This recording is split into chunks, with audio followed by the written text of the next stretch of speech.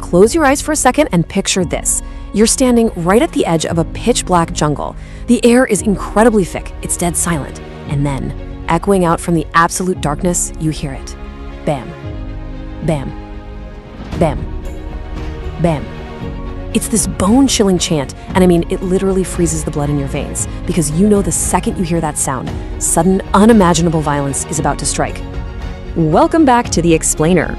Today, we're taking a deep descent into pure, unadulterated horror as we map out the chilling events of the Taboot Mystery. We're going to be exploring a cursed village, deadly late-night rituals, and this truly horrific quest for an elusive elixir known as the Mrityunjay Amrit. So, grab a blanket, lower the lights, and let's unravel this nightmare together, shall we? Section 1. The Night of Terror. So, our story kicks off in a village that has been plunged into a mandatory, horrifying lockdown. And we're not talking about staying inside to be safe. Stepping outside is a literal death sentence here. Imagine being trapped indoors as the hours just agonizingly tick by.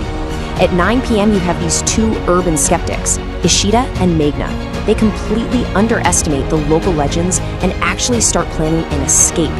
Meanwhile, by midnight, securely behind closed doors, the local mystic, the Tantric Maharaj, begins this incredibly intense ritual to locate a hidden text.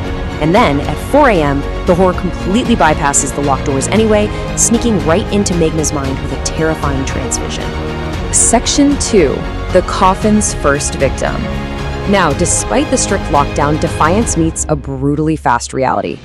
There's this villager named Raju, and he's standing near the jungle's edge, just trying to light a cigarette. But you know how it is in these stories? His lighter keeps failing, just clicking and clicking. And suddenly, that eerie chant starts up. Bam, bam, bam, bam. It's echoing right behind him, growing absolutely deafening, until out of the blackness, these terrifying Nishlo demons actually materialize. And then comes the shock. A coffin, a taboot, seemingly appears out of thin air and just pops open entirely on its own. Boom. Two horrifying hands shoot out, grab Raju, and violently drag him inside. He's consumed in an instant. His desperate screams are the only warning the nearby girls get, sending them sprinting back to the safety of the village. Section 3. Dreams of a Past Life. While those girls are running for their lives, trying to process what they just witnessed, the tantric is deep in his meditation, having a vision of a glowing butterfly leading him to a hidden door. But back in her room, Meghna is experiencing something completely different. Her mind is violently invaded.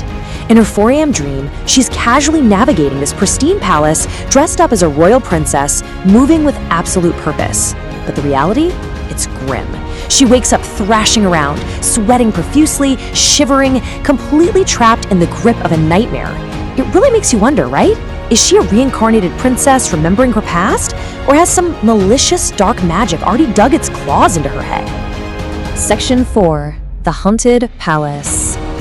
When morning finally breaks, the villagers arm themselves with the tantric's vague vision of a hidden door, and they fan out to search the ancient winding corridors of the cursed Raj Mahal.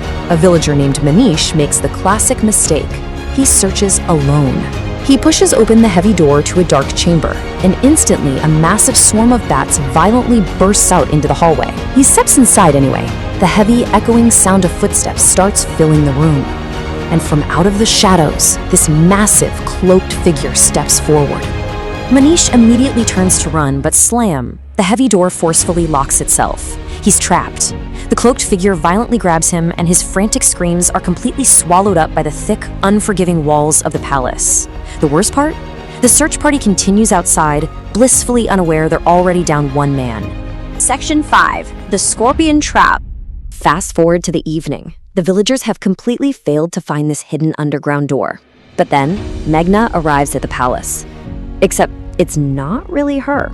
She's in this deep, eerie, trance-like state, and she just takes total control of the group.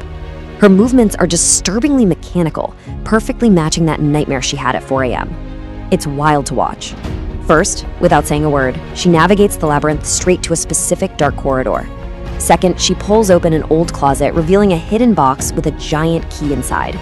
Finally, she uncovers a trapdoor seamlessly blended into the floor, inserts the key, and turns it, very deliberately, exactly 3 times. They slowly descend into the hidden chamber. And there it is, Sitting ominously inside a glass box is the Barampur Puran, the ancient text they've been risking their lives for. Meghna confidently steps right up and lifts the book. But, you guessed it, the second that text leaves the box, a strange, deafening, mechanical noise starts grinding and echoing from the very walls of the tomb. They've tripped an ancient wire. The palace instantly transforms into a literal death trap. Deadly scorpions start swarming from absolutely everywhere. I mean, pouring out of the walls, dropping from the ceiling, flooding the floor in this endless, horrifying wave. The group has no choice. They are forced into an immediate, blind, panicked sprint for their lives, back up those stairs. But tragically, they don't all make it. 2. That's the number of men caught by the swarm. One guy trips on the stairs, and the other is overtaken right at the main doorway of the palace. And the venom is so potent, within seconds, the scorpions reduce both of them to mere skeletons. The rest of the group barely, and I mean barely, manages to sprint out of that palace alive. Section 6. The Final Mystery. So, the traumatized survivors finally collapse back at the safety of the village fort. They're panting, they're terrified, they've just lost friends to unimaginable horrors.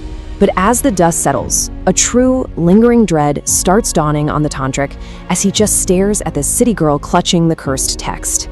How on earth did Meghna know the secrets of the Birampur Paran? She had literally never set foot in this village before, yet she knew every single hidden corridor and lock mechanism. So we're left with this chilling thought. Is Meghna just an innocent victim possessed by the tragic memories of a past life? Or is she perhaps the dark orchestrator of this entire bloody nightmare? Definitely something to think about the next time you find yourself somewhere that feels just a little too familiar. Thanks so much for joining me for this explainer, and stay safe out there.